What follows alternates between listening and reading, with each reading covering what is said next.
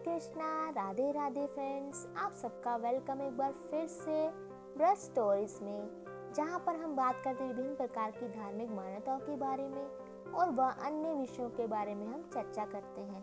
तो आज का जो चर्चा का विषय है बहुत ही महत्वपूर्ण है, क्योंकि आज हम बात करने वाले हैं कि जो हम दीपक जलाते हैं भगवान के आगे, तो उसमें जो आकृतियाँ बनती हैं वो हमारे लिए शुभ होती हैं या हमें क्या संकेत देती हैं। तो चलिए आज हम जानेंगे उसके बारे में। तो देखिए, रोजाना पूजा करने के बाद भगवान के सामने दीपक जलाया जाता है। जब हम रोजाना भगवान की पूर्ण श्रद्धा से पूजा करते हैं, तब भगवान की तरफ से हमें कई संकेत मिलने लगते हैं। हालांकि ये संकेत सभी के समझ आए या सभी के लिए मिले ये अनिवार्य नहीं है। ये आपकी पूजा पर निर्भर करता है कि आप जो पूजा कर रहे हैं वो किस भाव से कर रहे हैं और किस चीज के लिए पूजा कर रहे हैं। तो ये जरूरी नहीं है कि हर किसी को दिखाई दे। तो देखिए, ऐसा माना जाता है कि भगवान की नियमित पूजा करने से वे प्रसन्न होते हैं और भक्त को अपने प्रसन्न होने के संकेत भी देते हैं। ये संकेत मुख्य तौर पर दीपक के माध्यम से हमें मिलते हैं। तो देखिए, दीपक जलाने के बाद जब बत्ती में लौ उठने लगती है, तब दीपक की उस लौ में अनेकों प्रकार की आकृतियां उभर कर आती हैं, जो भगवान के विभिन्न संकेतों को दर्शाती हैं। कभी दीपक की लौ में फूल बनता है तो कभी त्रिशूल।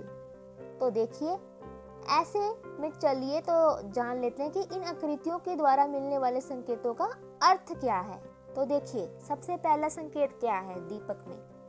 दीपक की लौ में जब फूल बनने लगता है, तो अगर आपके दीपक में फूल बनता है तो इसका अर्थ है कि आपकी जो पूजा है भगवान तक पहुंच रही है और आपकी पूजा से भगवान जो है संतुष्ट है और भगवान आपके साथ है और किसी न किसी रूप में आपकी सहायता भी कर रहे हैं। तो देखिए, पहला हमने संकेत जाना कि अगर फूल बनता है हमारे दीपक में, तो इसका मतलब यह है कि हमारी जो पूजा स्वीकार कर रहे हैं भगवान और कहीं ना कहीं हमारे साथ हैं भगवान। तो चलिए अब हम दूसरा संकेत देखते हैं, दीपक की लौ में त्रिशूल बनना। अगर आपके दीपक में त्रिशूल की आकृति बनती है तो इसका अर्थ होता है कि भगवान शिव की आप पर असीम कृपा बन रही है।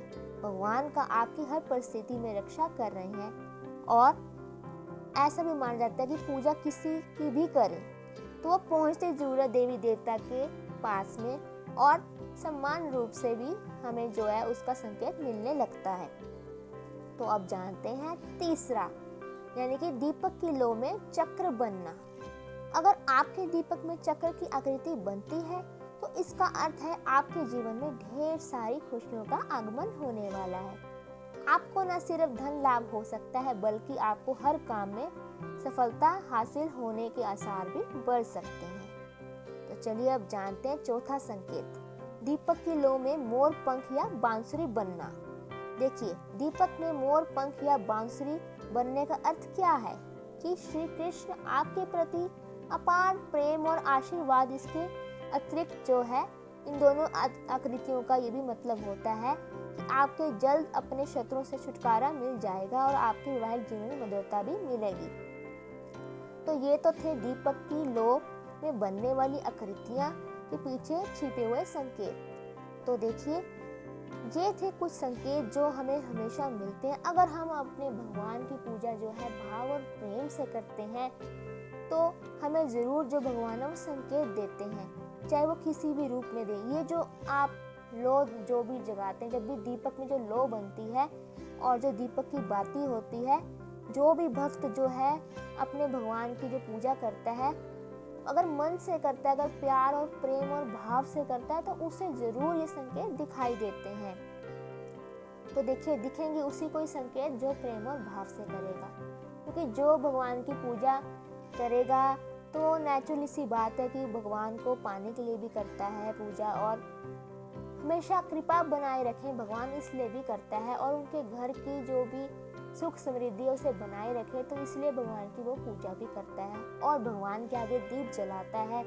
चाहे वो दीपक किसी भी चीज़ का बना हो, चाहे पीतल का हो, चाहे चांदी का हो, चाहे माटी का ही क्यों ना हो, भगवान आपकी जो है भावना को देखते हैं।